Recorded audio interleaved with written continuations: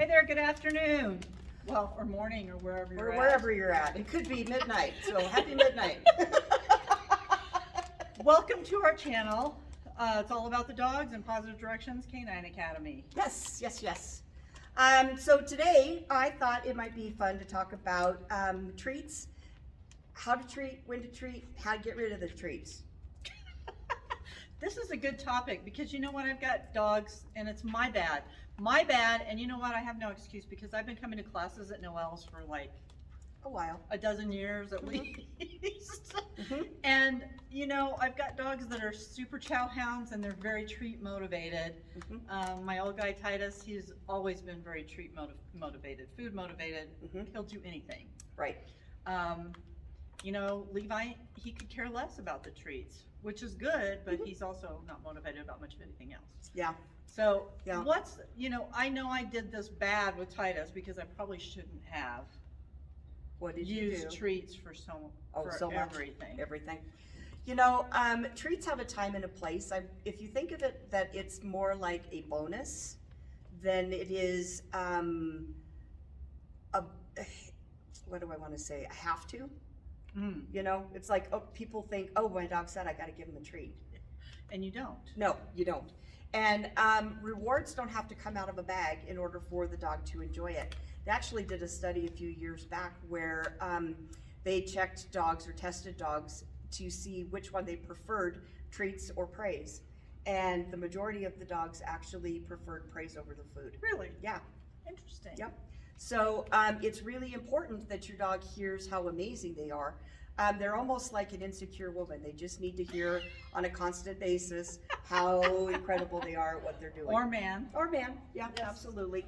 Yep, we want to be Equal here. Equal here, absolutely. So I thought I would talk a little bit about treats and how to use them. With dogs, I think that it's important to think about size before you think of anything else. So if you're passing out treats that are those little itty bitty Tiny, round like training Zooks. treats, yeah, Zooks, if you're Yeah. familiar with Zooks training treats. your dog is going to be interested in that treat, but they're going to be far more interested in a treat that's this big around, as opposed to one that is of small size. So does it depend on what you're doing? It does. So I like to use bigger treats, and the reason I like to use bigger treats is I can choose how much my dog's going to get and how many they're going to get. For example, if you're breaking off small pieces off of a bigger treat, you're going to keep your dog's attention longer. So it's much easier to build endurance in an exercise. Say you're working on focus. It's much easier to build duration with focus if you're using a big treat and you're breaking little pieces off of it, as opposed to giving one little treat. Because when that happens, once the dog's eaten the treat, they think that their job there is finished and they tune out. You know, those turkey berry chews that I have with Life's Abundance, those are like a square of beef jerky. Is that what you're talking about? That's what I'm talking so about. You can get one of those and you can break those off in pieces. Yep. And one little square should last you an entire training session. Really? Yeah. So you don't need to give out tons and tons of food in order for it to matter. The next thing that's important to think about when you're using food is timing.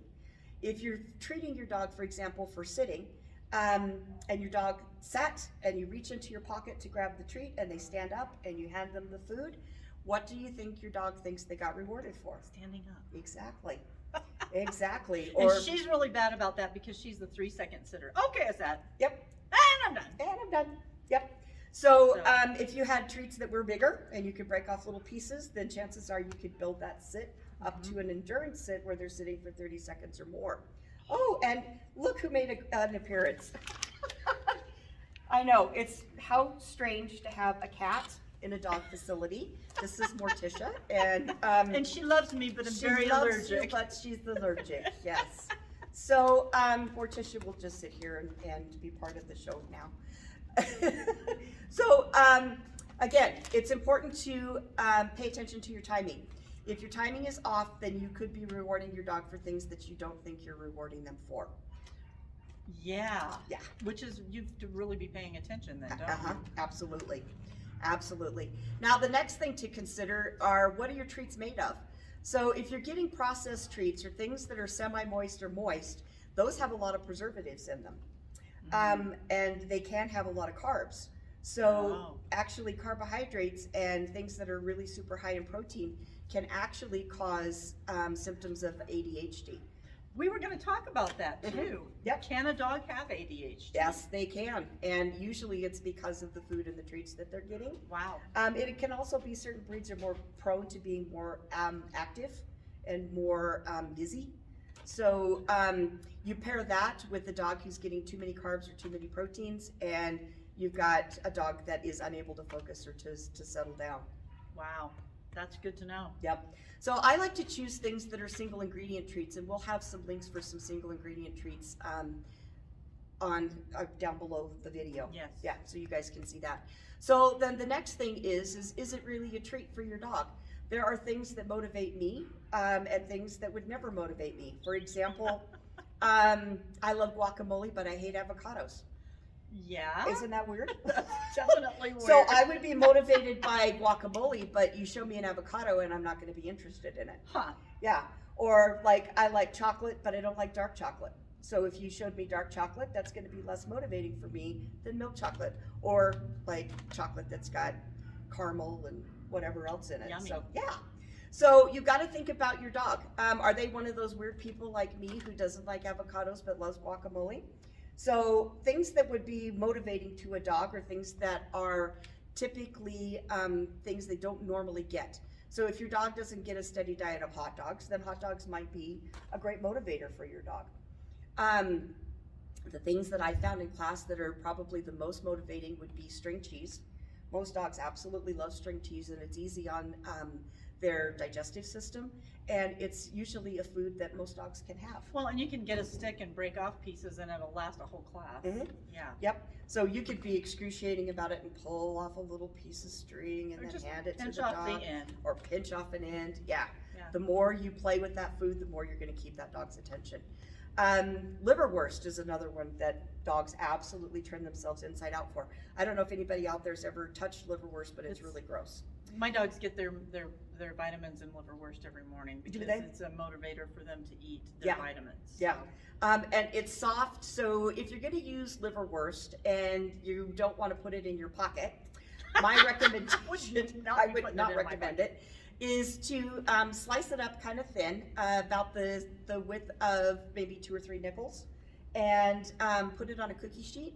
Heat your oven up to 250, put them in there for about 35 to 40 minutes, shut the oven off, flip the stuff over, and it will dry the outside of it, making it easier for you to handle and use as treats. good to know. I did not know that. Yep. See, I learned something new every time. Yep.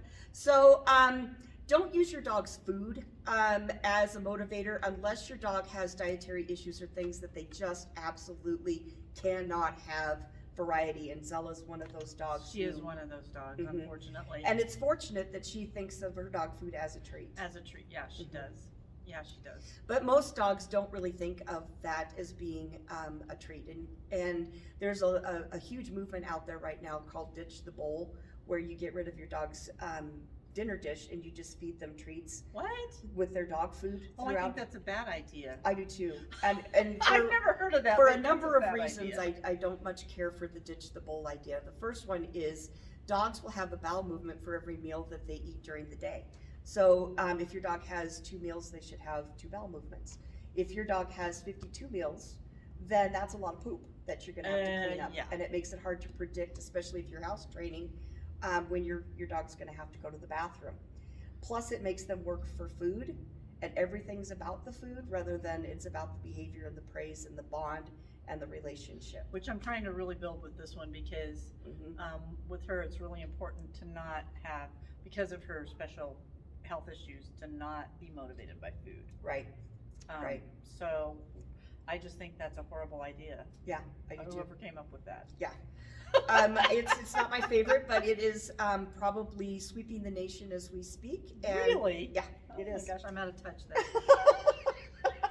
Yep, it's a big thing. So the takeaways from this would be use something that your dog's going to enjoy.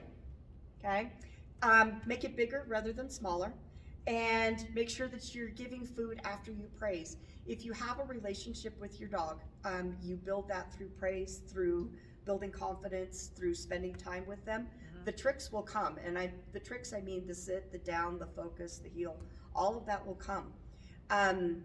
If the only way you can get your dog to do something is by using food that really handicaps your dog, and it handicaps you. Who wants to walk around with a treat bag on your hip all the time? Yeah, no.